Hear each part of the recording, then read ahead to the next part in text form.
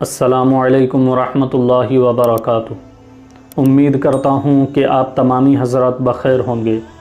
आज मैं आपके लिए एक कमसिन लड़के का वाक़या लेकर आया हूँ कि देखें किस तरह से अल्लाह तबारक व तआला ने एक कमसिन लड़का, एक गरीब लड़के को अल्लाह तबारक व तआला ने बादशाहत अता फ़रमा दी।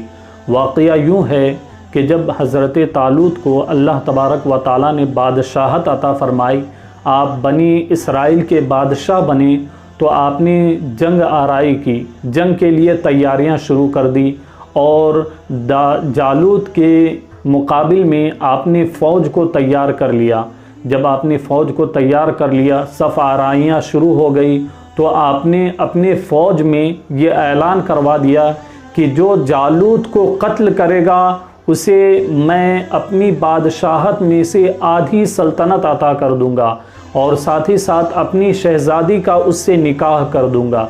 चुनांचे हज़रत दाऊद अलैहिस्सलातु वस्सलाम ये सुनते हैं और उस वक्त आप कमसिन होते हैं, आप पर बीमारी के आसार नज़र आ रहे होते हैं, आपका चेहरा जर्द होता है और आपके मुफलिसी और गरीबी का मामला ये होता है कि आप बकरियां चरा कर अपना गुजारा कर रहे होते हैं। चुनांचे आप भी जंग में शामिल हो जाते हैं। रिवायत में आता है कि जब हज़रत दाऊद अलैहिस्सलातु वस्सलाम अपने घर से निकलते हैं तो रास्ते में एक पत्थर आवाज़ देता है, ऐ दाऊद मुझे ले लो, मैं हज़रत मूसा अलैहिस्सलातु वस्सलाम का पत्थर हूँ।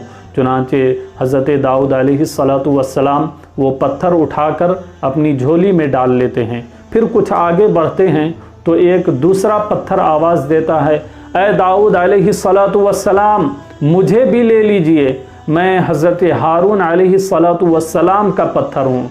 चुनांचे हज़रत दाऊद अलैहिस्सलातु वस्सलाम उस पत्थर को भी उठाकर अपनी झोली में डाल लेते हैं। फिर कुछ आगे बढ़ते हैं तो फिर एक तीसरा पत्थर आवाज़ देता है और कहता है, ऐ दाऊद अलैहिस्सलातु वस्सलाम मुझे भी उठा लीजिए, मैं जालूत का कातिल हूँ। चुनांचे हज़रत दाऊद अलैहिस्सलातु वस्सलाम उसको भी उठाकर अपनी झोली में डाल लेते हैं।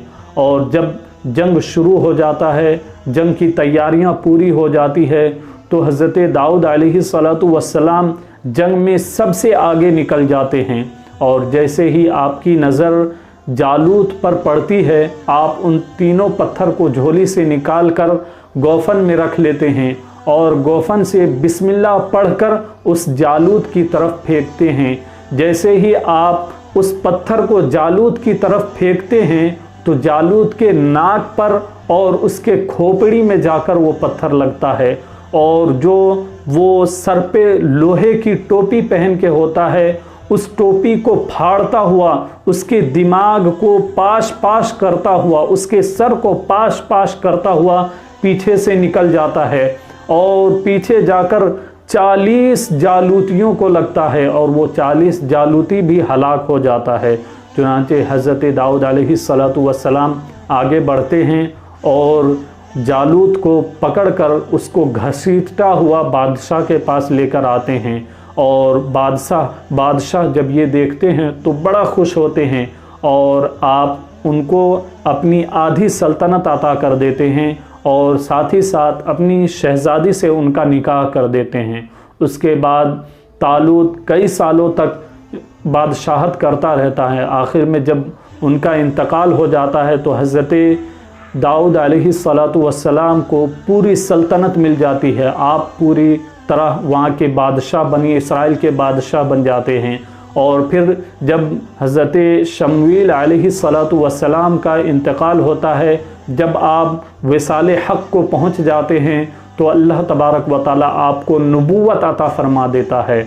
और आपका एक बड़ा मोजज़ा ये है कि अल्लाह तबारक व तआला ने आपको ये मोजज़ा अता फ़रमाया था कि आपके हाथ में लोहा लेते ही वो लोहा मोम का बन जाता था, वो लोहा नर्म हो जाता था और आप जैसे चाहते थे उस लोहे को मोड़ सकते थे।